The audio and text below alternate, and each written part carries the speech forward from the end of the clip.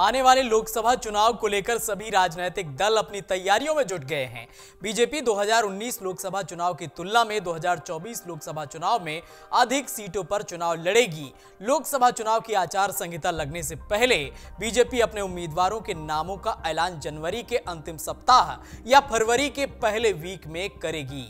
BJP अपनी पहली सूची में प्रधानमंत्री नरेंद्र मोदी, राजनाथ सिंह और गृह मंत्री अमित शाह के नामों की घोषणा करेगी।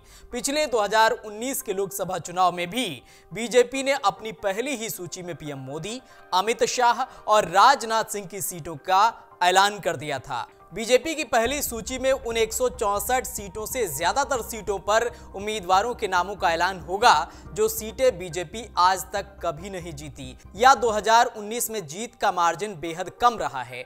बीजेपी पिछले 2 साल से ऐसी सीटों पर लगातार मेहनत कर रही है। पिछले लोकसभा चुनाव में बीजेपी ने 543 में से 436 सीटों पर लोकसभा का चुनाव लड़ा था और 303 सीटों पर जीत दर्ज की थी और 133 सीटों पर चुनाव हार गई थी। साथ ही 31 अन्य सीटें हैं जहां पार्टी कमजोर है। इन 164 सीटों का क्लस्टर बनाकर केंद्रीय मंत्रियों और बड़े नेताओं को इनकी जिम्मेदारी दी गई है, जिनमें गृह मंत्री अमित शाह भी शामिल हैं। बीजेपी ने इन सीटों को सी और डी कैटेगरी में बांटा है और 80-80 सीटों की 2 श्रेणियां बनाई गई हैं। 45 मंत्रियों को इन सीटों की जिम्मेदारी दी गई है। हर मंत्री के जिम्मे 2 से 3 सीटें हैं। इस बार बीजेपी पिछले लोकसभा चुनाव की तुलना में अधिक सीटों पर चुनाव लड़ सकती है, क्योंकि पिछली बार की तुलना में इस बार उसके सहयोगी दलों की संख्या कम हो गई है। 2019 में बीजेपी का पंजाब में शिरोमणि अकाली दल, बिहार में जेडीयू, महाराष्ट्र में शिवसेना, तमिलनाडु में एआईएडीएमके और राजस्थान में हनुमान बेनीवाल की पार्टी आरएलपी के साथ तालमेल था। बीजेपी ने पंजाब की 13 में से 3, महाराष्ट्र की 48 में से 25 और बिहार की 40 में से 17 सीटों पर चुनाव लड़ा था। वहीं तमिलनाडु में एआईएडीएमके ने बीजेपी को 5 सीटें दी थीं। इस बार इन राज्यों में बीजेपी अधिक सीटों पर चुनाव लड़ेगी। बीजेपी ने उत्तर प्रदेश में ऐसी 14 सीटों की सूची तैयार की है जहां वो खुद को कमजोर पाती है। पार्टी 2019 में उत्तर प्रदेश में 16 सीटों पर हारी थी, लेकिन 2 सीटें उसने उपचुनाव में जीत ली। रायबरेली, मैनपुरी, बिजनौर, सहारनपुर, संभल, मुरादाबाद, गाजीपुर, जौनपुर, रामपुर, आजमगढ़, नगीना, अमरोहा, अंबेडकर नगर, श्रावस्ती, घोसी, लालगंज सीटों पर प्रत्याशियों के नाम पहली सूची में होंगे।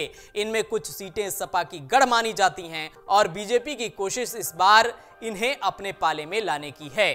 वहीं पहली लिस्ट में बिहार की नवादा, सुपौल, किशनगंज, कटिहार, मुंगेर, गया, सुपौल सीट के प्रत्याशी घोषित होंगे। मध्य प्रदेश में छिंदवाड़ा सीट बेहद कमजोर श्रेणी में आती है। यह पूर्व सीएम कमलनाथ का गढ़ है। विधानसभा चुनाव में भी बीजेपी को यहां फिर से झटका लगा है, जिसकी जिम्मेदारी गिरिराज सिंह को दी गई है।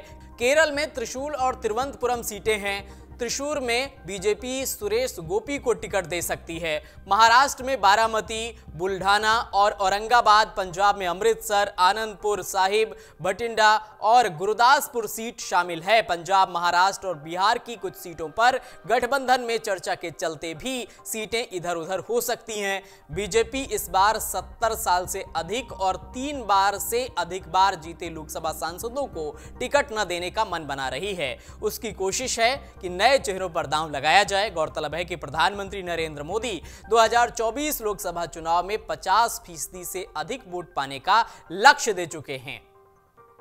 अगर आप ये वीडियो YouTube पर देख रहे हैं तो हमारे चैनल को सब्सक्राइब करें और बेल आइकन को दबाना ना भूलें। अगर आप Facebook पर ये वीडियो देख रहे हैं तो हमारे पेज को लाइक करें।